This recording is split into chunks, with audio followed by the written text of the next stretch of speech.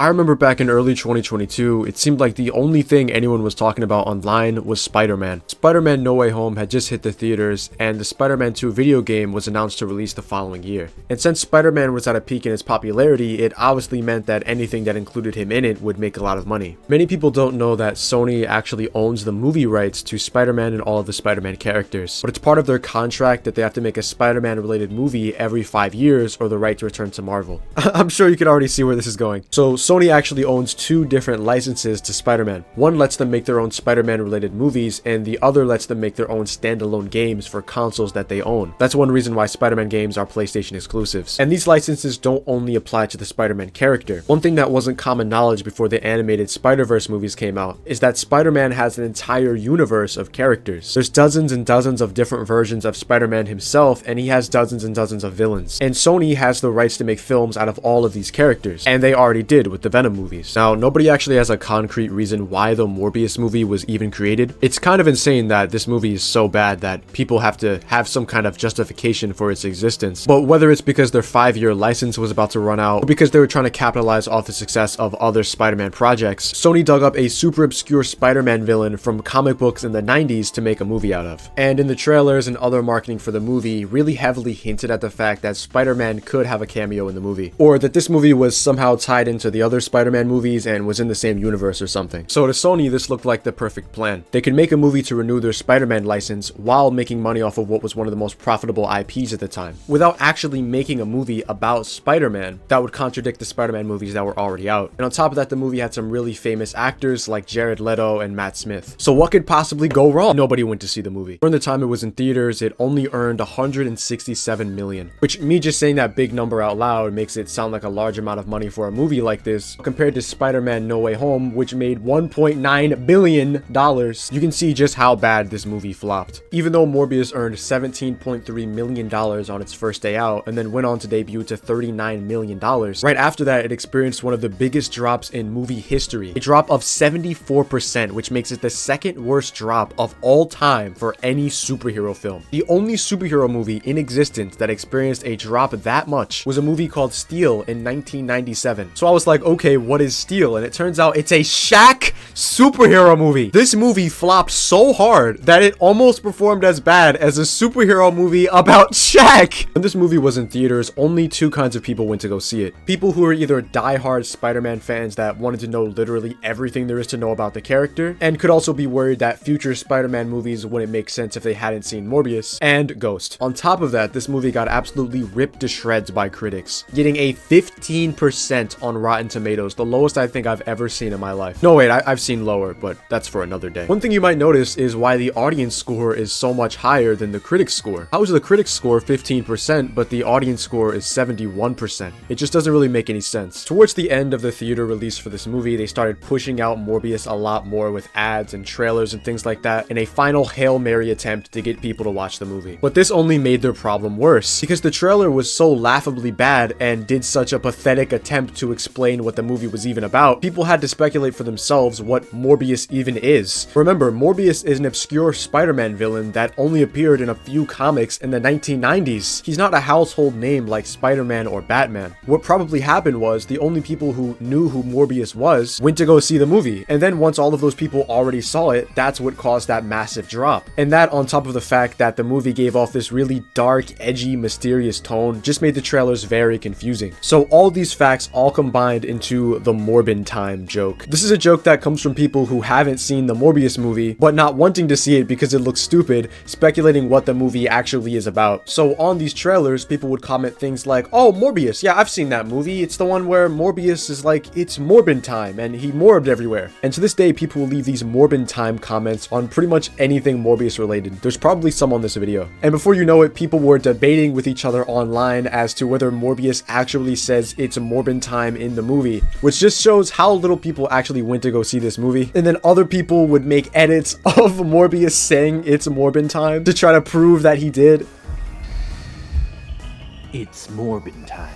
Other people were sarcastically praising the movie and calling it the greatest piece of media they've ever seen in their lives. And thousands of people bombed the Rotten Tomatoes page to give Morbius 5-star reviews to try to see if they can get the audience score to 100% as some kind of joke. That's why the critic score is 15% and the audience score is way higher than that. Entire communities were created around the Morbius movie, consisting of people who haven't even seen the movie, and a Morbius subreddit was created too. And on this subreddit, people would post about their experiences of when they went to go see the movie. The funniest of these that I found is where somebody posted, "Morbius 2022, nothing short of a cinematic masterpiece. Hello fellow Morb heads, just finished my 26th viewing of the legendary film Morbius, and I have but one word to describe the experience. Wow. The film was incredible, to put it lightly. I thought I had noticed everything there was to notice on my 10th go, but I wasn't even close. Jared Leto's performance leaves so much up to interpretation, and he truly builds the character presented for us in the MCU, Morbius Cinematic Universe. Every rewatch that I view just leads me further into the Morba hole, a term I coined just now, and I spot things I never would have seen on my first few goes. The world isn't ready for Morbius, and I wasn't either. When I say that I broke into tears every time I watched it, all 26 times, I'm not lying. I'm not even sure how my body is producing more tears, but I make sure to stock up on XL popcorn and 3 drinks each viewing. My tears are pure sugar water. Butter flows through my veins. Anyway, I'll try to keep this review short, as the credits are finishing up and I'm about to go in for my 27th round. Morbius is one of the greatest movies of our generation, or better, this decade. The raw power behind each scene is only amplified by Jared Leto's stellar performance. If he doesn't win every Oscar available, I'll be shocked. To say it was a masterpiece is an understatement. On my 15th viewing, I heard someone yawn during one of the dialogue scenes. I followed him out to the parking lot and decapitated him with my limited edition Morbius blade. Shop morbiusmerch.com. Please, if you haven't already, do yourself a favor. Watch Morbius. Watch it again and again and again. You won't regret it. So for a time, Morbius was one of the most trending things on the internet, and Sony actually noticed this and took it as a sign that their marketing campaign was working and people were interested in seeing the movie. But unfortunately, they only tried to do this heavy marketing tactic towards the end of Morbius's time in theaters. And Morbius was still trending on the internet even after Morbius had left the theaters. So since they made virtually no money off of the movie the first time, and the movie is trending all over the internet now, they decided to re-release it and put it back into theaters. So from Sony's point of view, this was a great idea. People all over the world were interested in Morbius now, and now they had a chance to try to make more money off of their movie and compete with the other Spider-Man films. Because even though critics didn't like it the first time the movie was released, when you take a look at Rotten Tomatoes and a lot of the other movie review sites, it looks like people really liked this movie. Like there were literally thousands of people giving the movie 5-star reviews. So what could possibly go wrong? Nobody went to see the movie. Again, Morbius had flopped twice. During the first week of the movie's re-release, it made only $310,000. $310,000. It was like the movie didn't even exist. Average movie theater made $289 in ticket sales from Morbius. And that's not even in a specific time frame. It's not like, oh, it made $289 in its first week. That's in general. That's like in total.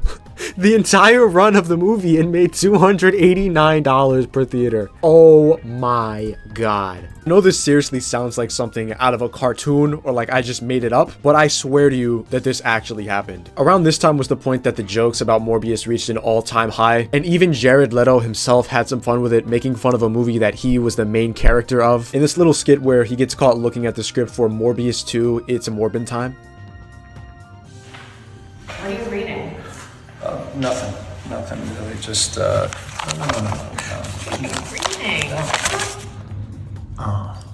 One thing I also want to mention is I had no idea that Jared Leto is a singer. I thought he was just an actor. I had no idea. What's funny is that he posted a music video to his YouTube channel last year, and I left a comment that says, "Insane how multi-talented Dr. Michael Morbius is, an award-winning scientist and musician." And it actually got top comment. And this was the top comment on this video not even an hour after it was posted. And what's even crazier is that at the time, I had a banner on the channel that said, "Subscribe for Morbius." And that was my banner for a couple of months. So it's not crazy to think that Jared Leto looked at the comments on his YouTube video that he just posted less than an hour ago, saw the top comment from an account with a check mark, and clicked on it and saw my banner said "Subscribe for Morbius." So Jared Leto, if you're watching this, release that script to Morbius 2. We need to know what happens next! So now you know pretty much the entire backstory of this movie. But what makes this movie so terrible? And why was it not interesting to anybody who saw the trailers and left a bad taste in the mouth of everybody who watched it? Well, let's figure it out. It's not uncommon for your entire life to flash before your eyes when you watch the opening credits of Morbius, because you know you're not going to be the same person after the movie is over. The movie opens with Morbius and the rest of his research team landing in a helicopter in the jungles of Cambodia, and Morbius steps out of the helicopter with these weird crutches things. In this movie, Morbius has a blood condition which affects the movement of his legs and gives him trouble walking. Throughout majority of the movie, he uses these crutches to walk around, and it looks like he's having a lot of trouble with it. It begs the question why he doesn't just use a wheelchair, but who am I to question the amazing Michael Morbius? What's insane about this is that multiple sources say that Jared Leto actually delayed the production of the movie because he wanted to walk around with these crutches all the time and stay in character. So he would just walk around the set with these crutches extremely slowly and just waste everybody's time. And this got so bad that the rest of the crew eventually decided to push Jared around the set in a wheelchair because he just refused to use his legs because he wanted to stay in character. And I'm sure that while they were pushing him around, they were like, dude, it's Morbius. You don't have to take it that seriously. Nobody cares except you. In the article that I learned this from, that I'll link in the description, it says, quote, during the conversation, Espinosa defended Leto's method acting, arguing that it helped the actor fully immerse himself in the pain of his character. I think what Jared believes, is that somehow the pain of those movements, even when he was playing Michael Morbius, he needed, because he's been having this pain his whole life, Espinosa said. Even though he's alive and strong, it has to be a difference. Espinosa remained positive about both Leto and Morbius, despite the film receiving almost unanimously negative reviews, and described the art of acting as, quote, really mysterious. Last month, Leto said that he doesn't believe cinemas would have survived had it not been for the success of Marvel films. By cinemas, does he mean all movies? Does he mean the movies in general would have not? Oh, it doesn't seem like there's room for everyone, and that starts to become a little heartbreaking, he added. Oh, for real?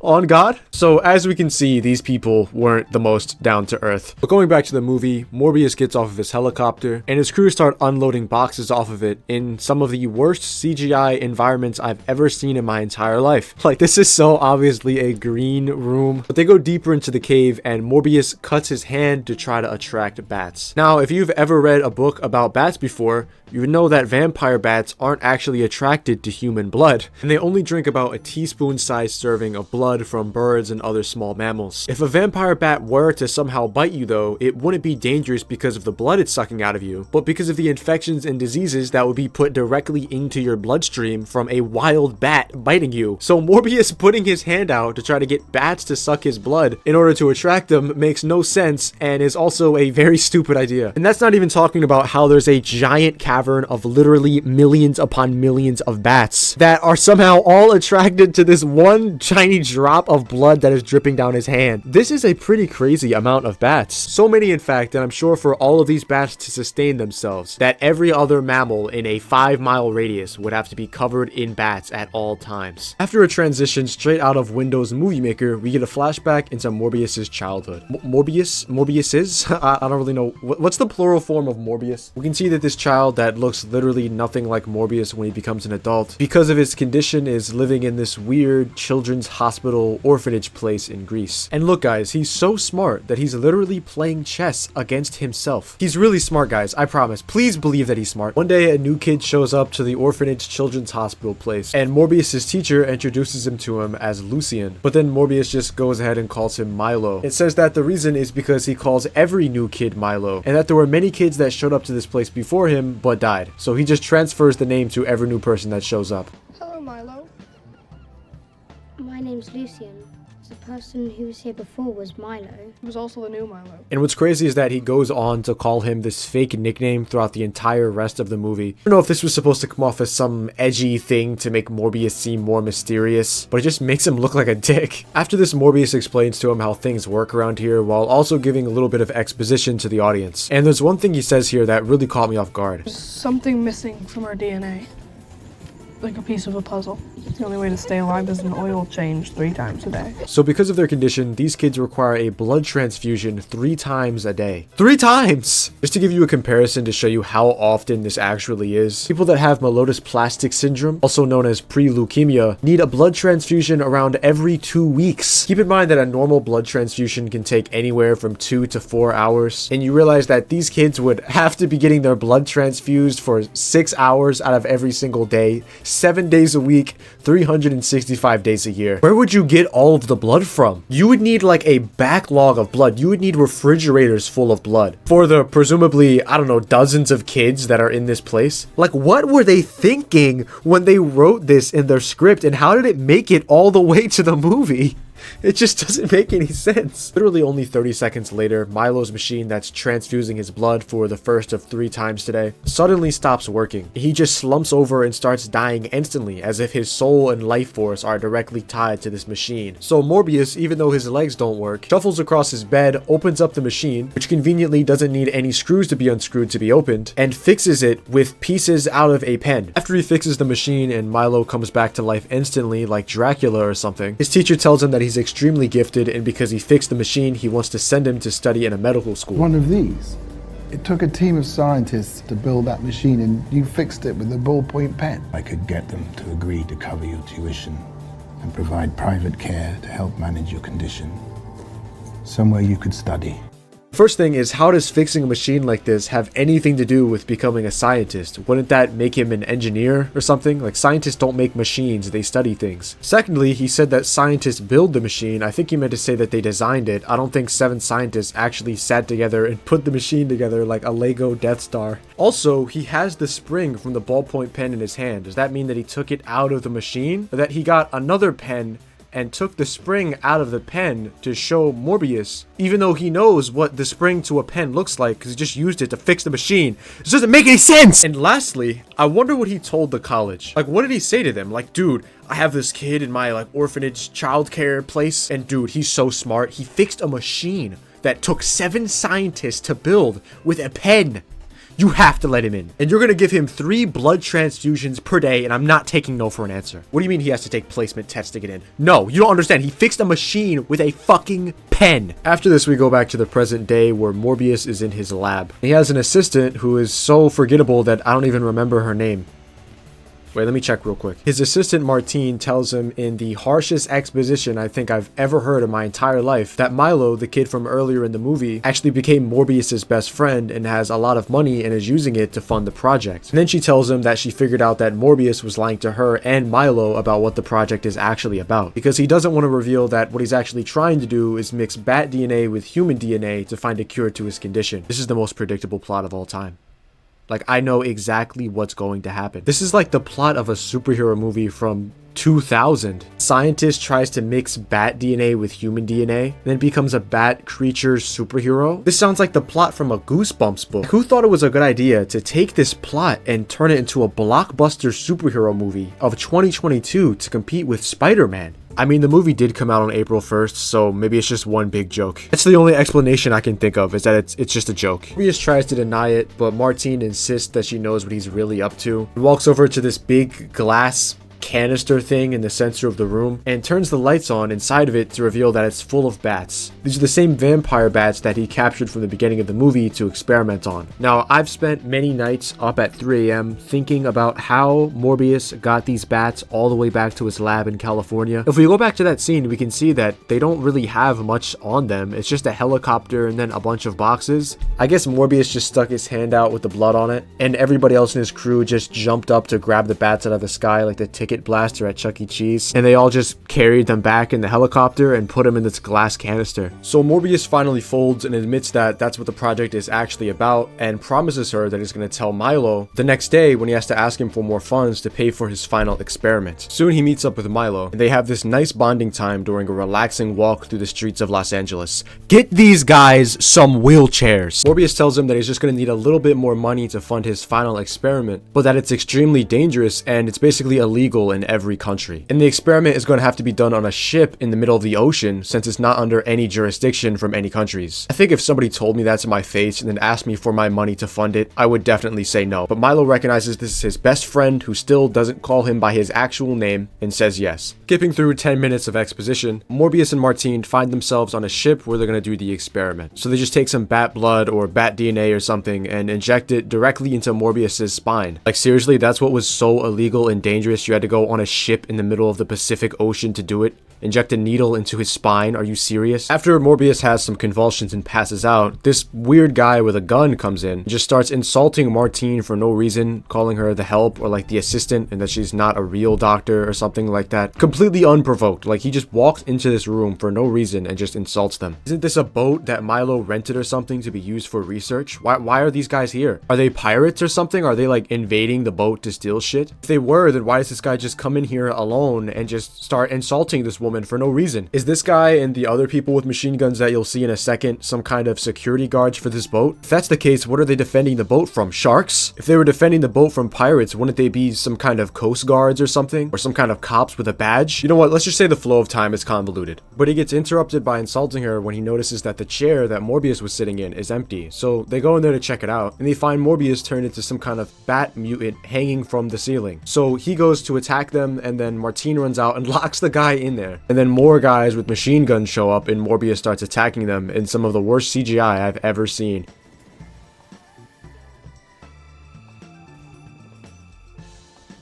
Apparently all of these guys with machine guns are some type of beings made of light or something because they don't have any blood in them. We can see this guy's neck was just sliced in half and he didn't bleed a single drop. Maybe he was just like holding it all in or something. I have no idea. I guess Sony wanted to keep the movie rated PG-13 so the 4 children across the world who know who Morbius is could go see the movie. A few minutes later, Morbius stops his killing rampage because he notices his muscles in the mirror, which he gained magically from getting bat DNA because bats have muscles, I guess. And he runs all the way back to the lab on the ship and calls Mayday, and then lies about what happened so that another ship can come and pick him up. And it's like, damn, is this guy supposed to be a superhero? He just murdered like 8 innocent people. Like, yeah, sure, the first guy insulted Martine, but he didn't really do anything except act like a dickhead. I don't think calling someone not a real doctor is enough to just get them one-shotted. And the only reason the other people with machine guns were attacking him is because he killed their friend. He started it. A few hours later, 2 detectives show up to take a look at the crime scene, and the head detective is played by Tyrese Gibson, and because of that, I just can't take him seriously at all. I'm not saying he's a bad actor. He's a good actor, not a villain in a serious superhero movie. That's like casting Kevin Hart to be the villain of Captain America. It just doesn't make any sense. Anything else?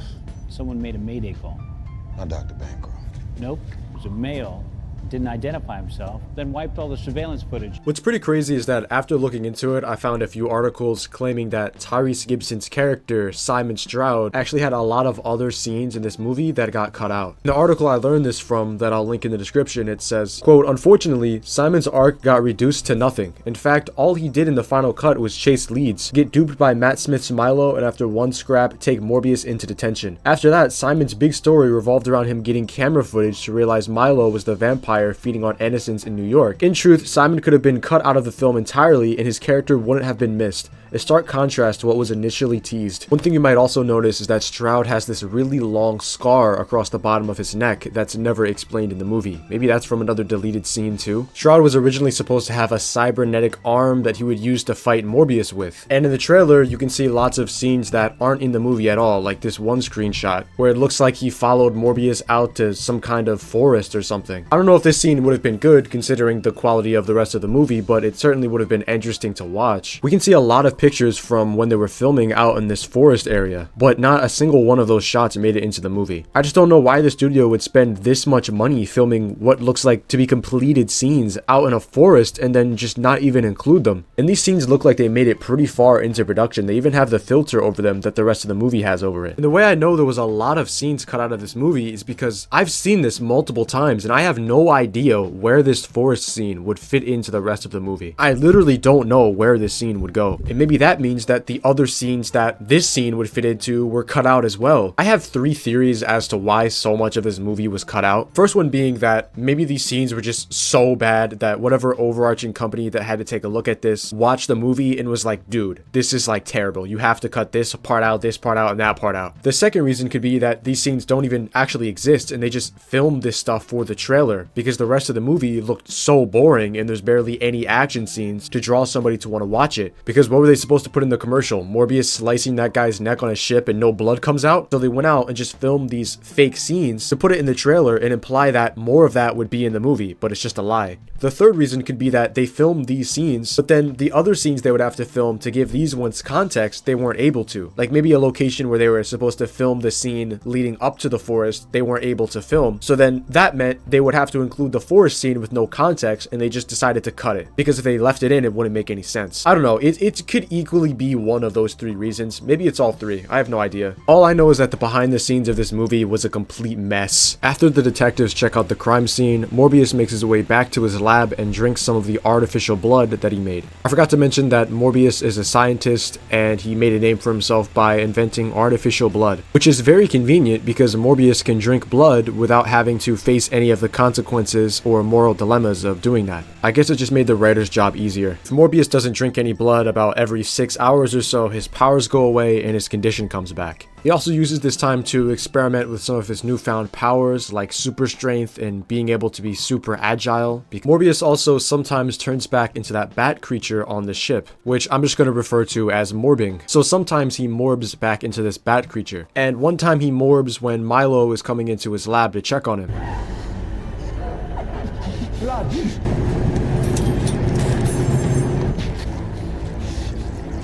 Now, one thing that I noticed when I was watching this scene is that none of these characters have any motivation. Like, why do Morbius and Milo even want to fix their condition? They don't really seem to have anything they want to do that their condition is stopping them from doing. Like, obviously having this condition sucks, but as you can see, Milo just had no problem going to the refrigerator to get the blood really quick to bring it to Morbius. So it's not like they're completely crippled, they just walk around with canes. My grandparents walk around with canes and they're fine. I just wish this movie showed a reason that they actually wanted to be cured, like something that they wanted to do that their condition is stopping them from doing. It's almost as if Morbius found this cure for literally no reason. Like, yeah, they have to get 3 blood transfusions per day, but let's just ignore that detail because it makes literally no sense. And I think that the person who wrote the script and everyone else that read it had no idea how blood transfusions actually work. So let's just pretend that Morbius and Milo need to get blood transfusions a normal amount of times. It's not like there's some type of threat or a villain that Morbius needs to make himself stronger to be able to defeat. It would be a much better plot if someone maybe wronged Morbius in some way, but he was powerless to do anything back because of his condition, so he thought of the idea to mix his DNA with bat DNA to make himself into some superhero. It's still shit, but that would be a lot more interesting than what we got. Milo obviously notices that Morbius is completely fine and asked him if he could have some of the cure, but Morbius says no because he doesn't want him to have to morb into some bat creature, and having the condition is actually better than having to drink blood all the time. Then Milo says this: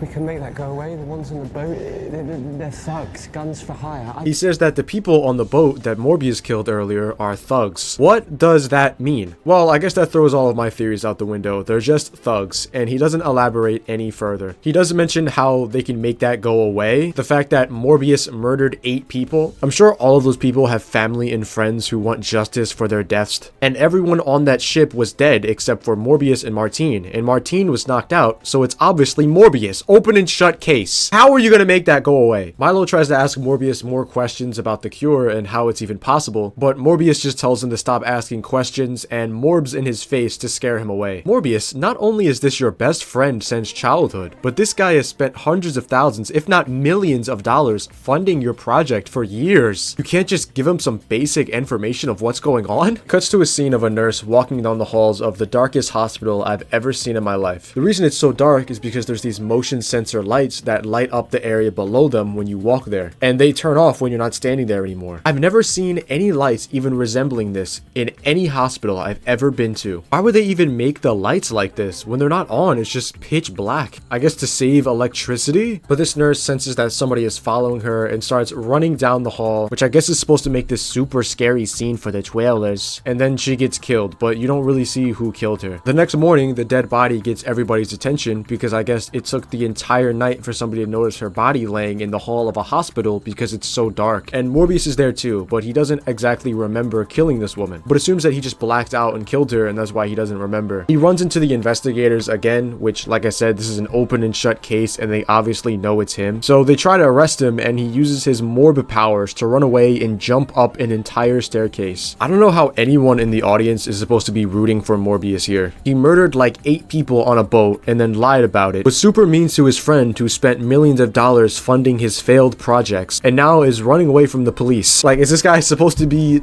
a good guy? Another thing that I don't really understand is what is all these particles or like mist or residue that Morbius leaves everywhere whenever he uses his powers. At first I thought it was supposed to imply that he's moving at super speed, but he's not. He's moving at normal speed and everyone else is reacting to him as if he's moving the same speed as them. So that's not it. My guess is that maybe these scenes didn't really look flashy enough, so then in editing they went back and added these particles everywhere to try to make it more clear when he's using his powers and when he's not. Because even though he's using his superpowers, he's just doing normal shit that a person who's trained in martial arts could do, besides jump up an entire flight of stairs, which he does to reach the roof. And once he gets there, there's just more weird particles, and I don't really understand what this is. I think it has something to do with the solar panels reacting to his powers. I just don't get it. He turns around and Stroud is just waiting for him right there, which it makes literally no sense how he got up the stairs that fast, because in order for Morbius to get there that fast, he had to jump up the stairs and skip them entirely. After this is just cuts to Morbius being in prison, which means that Stroud was able to somehow arrest him, which I don't really know how you're able to arrest somebody who can jump that far. He could easily just jump to a different building. Or maybe it's implied that Morbius was cooperative and turned himself in, because maybe he feels bad about killing those 8 people earlier. If that was the case, then wouldn't he be more cooperative during the questioning? Or maybe Stroud also has superpowers, but we never got to see those parts because they all got cut out of the movie. I don't know. The flow of time is convoluted, I guess. While they're interrogating Morbius, the detective says this. 8 dead mercs on a boat really doesn't ruffle our feathers. I'm pretty sure they were guilty of something and happy to have them off the water. But Nurse Sutton, single mother with twin girls, that's something else. Bro, what? It doesn't ruffle their feathers because they were probably guilty of something anyway? These are the worst detectives of all time. Morbius tells the detectives that he needs some of his artificial blood from his lab, because if he doesn't get it, then bad things will happen. But he says this in the most ridiculous way possible. I dropped a bag. There's something inside that I need. Bag of artificial blood? Yeah. It's in evidence, I'm sorry. I'm starting to get hungry. You don't want to see me when I'm hungry. Jared Leto acting aside, why not just tell the detectives that you have a blood condition and without this artificial blood, you will die? It's a lie, but it's still a lot more believable than saying that you're not you when you're hungry. Also, shouldn't he be dying anyway? He needs 3 blood transfusions per day, right? Later that night, Milo comes to visit him in prison, and for some reason they decide it's a good idea to just literally let him into the prison cell. You do know when you visit somebody in prison, most of the time you talk to them with a telephone from the other side of a piece of glass, right? They do this because the prisoners are dangerous and they don't want you smuggling them items. This is like how children think the world works. Have little kids wrote the script for this movie? This is probably how a little kid thinks prisons work. You can just go into a high security prison in Los Angeles within an hour's notice, not even having to schedule a time to see them. And at night, which likely isn't really visiting hours for a high security prison. Like, dude, I just cannot stress how stupid this is. He walks into the cell and sits down, and they speak to each other unsupervised. What is going on here? And right here we have a nice little twist type reveal where Milo actually walks out of the prison with his legs and he doesn't need a cane. So this means that Milo stole the cure from Morbius and now is also a vampire man and he killed the nurse. Why did he kill the nurse? I don't know. Because he wanted to, I guess. It doesn't make any sense. What an unpredictable plot. None of this would have ever happened if Morbius just told Milo about how he's morbing and turning into a bat and how it's not worth it, and actually leveled with his friend and explained to him what's going on. To be a dickhead to Morbius, Milo left his cane inside of the prison cell, which I just gotta say, this is the worst prison I've ever seen in my entire life. They let visitors into the cells of the inmates with alcohol and let them leave items in the cells like canes. What the fuck? After Milo leaves, Morbius also noticed that Milo left him a bag of his artificial blood on the bed. Alright, man. I don't think you can just go into a prison cell with a packet of blood and just leave it on the bed like that. I don't think that's how it works, man. I think that's illegal, bro.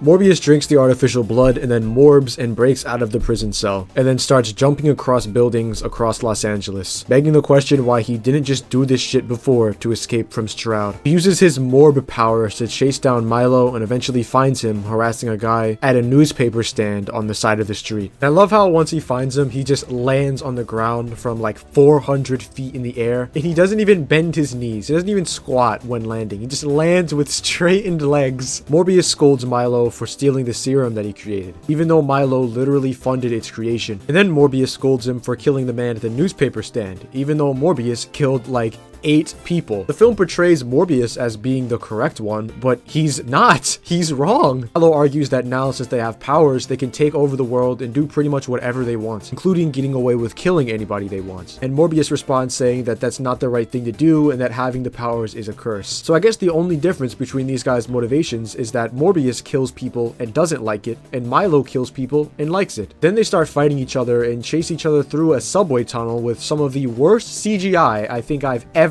seen. Like, it actually looks like a cutscene from a PlayStation 2 game. Milo chases Morbius through the subway and all the way down to the platform, where he jumps off of it onto the rails and just starts flying in front of the train using sound waves or something like that. I don't know, man. I have no idea how this works. I don't even 100% understand what Morbius's powers even are. Like, it's super strength, flight, and agility. I just don't even know. He can fly too, I guess. This is the one time in the movie where exposition would be good, and they just don't give you the exposition. Morbius gets away, and it cuts to Martine riding a bus. We can see she's reading a newspaper that has Morbius on the front page, explaining how he's a fugitive and is on the run. People still read newspapers? It turns out Morbius is sitting right behind her, and nobody noticed him. I'm sure if this guy's story is so popular that it's on the front page of a Los Angeles newspaper, that it's definitely all over the internet too, all over Twitter, all over Reddit. The crazy story of how a mad scientist killed 8 people and killed a nurse. So the fact nobody recognizes this dude, even though he's just sitting right here next to a person who's holding a newspaper with his wanted poster on it, while not even having his face concealed, is insane. Why couldn't they have just given him a face mask and some sunglasses or something so this makes sense? So how did Morbius know that Martine was going to be on this specific bus at this specific time? It's not likely that they commute together, because earlier in the movie, Morbius was already in the lab when Martine showed up. Wait, but she's not going to work at the lab, because the lab was shut down because Morbius is a fugitive. How does Morbius know that she's on this bus? Morbius and Martine sit down at a crowded cafe with plenty of people who could recognize his face, and they talk about what to do next since Milo is running the streets killing people. Then Morbius overhears some people behind him at the register paying for their meal with fake dollar bills, and then he decides that this whole thing with Milo needs to be put on hold and he needs to stop these guys from using fake dollar bills. I'm not making any of this up. I swear to God, it sounds like I'm just making this up as I'm going, but no, this is actually what happens in the movie. I'm serious. But Morbius gets up from his table and follows these guys all the way back to the lab that they're using to make these fake dollar bills. This is like when you go on a side quest in an open world game. Like, you have your main objective, and then sometimes you're just like fuck around and just do dumb stuff on the side and like other side missions. That's what Morbius is doing here. He's literally abandoned the main quest line. Also, on the way to the lab, he runs into some paramedics that are running into a house to save somebody's life, I guess. And they leave some bags on the doorstep with some blood bags in them. So Morbius opens up the med kit and drinks the blood bag. You do know that those paramedics most likely needed that blood to save somebody's life. So 9 confirmed kills for Morbius. He just killed somebody else. Eventually, Morbius trails the criminals all the way back to their lab, and when he walks in, he says this. Now, I'm going to be playing a long interrupted clip of the movie, so I'm going to have to cover it with a cat. I just need you to hear what he's saying anyway. Being able to see it isn't really that important.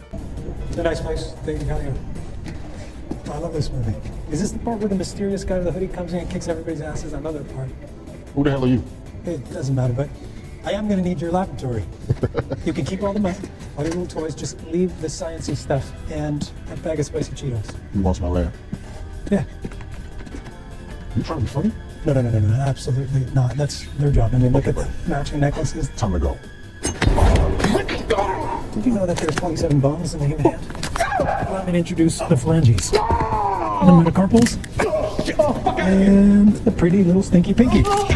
This movie tries so hard to be cool that it actually makes me nauseous. Morbius walks in and he's like, nice place you got there. Is this the part where the mysterious guy in the black hoodie comes in and kicks everybody's asses? I love that part. This movie was written by children.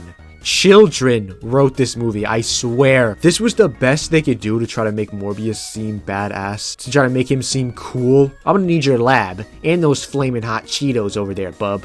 Like, what is this, man? What is this? I feel like if this was real life, one, the door to get in would probably be locked and Morbius wouldn't even be able to enter anyway. And even if he did get in, the second he grabbed that dude's hand to try to break it, the other two guys would just pull out pistols and blow him away. This movie sucks. Morbius then takes their lab and uses it as a base of operations to track down Milo, then synthesizes some kind of cure for turning into a bat monster and intends to inject Milo with it in order to kill him. Skipping over like 20 minutes of bullshit, Milo somehow speaks directly to Morbius's brain and tells him to come to the roof of a skyscraper where he killed Martine and left her body there. So because of this, Morbius becomes super angry and sucks her blood and then becomes more powerful, I guess. Then he runs into Milo again and they fight. And to finish the fight, Morbius summons what looks like the entire population of bats on the western side of the United States and makes them swarm Milo while he stabs him with the syringe. After Morbius kills him, he flies up out of the cavern that they were fighting in and past the two detectives, in case you forgot that they were in this movie, because we haven't seen them for an hour. Then he flies off into the distance and the movie ends. No, I'm serious. The movie ends. That's it. That's the end of the movie. Now, I know we're all wondering, what did I just watch? You watched a Morbius. And you are a changed man now. Life is not the same anymore. You can never go back. You can never unwatch a Morbius. Alright guys, so this is Zero from the future, I guess. I'm editing this video right now. And while I was editing it, I noticed even more things that don't make any sense.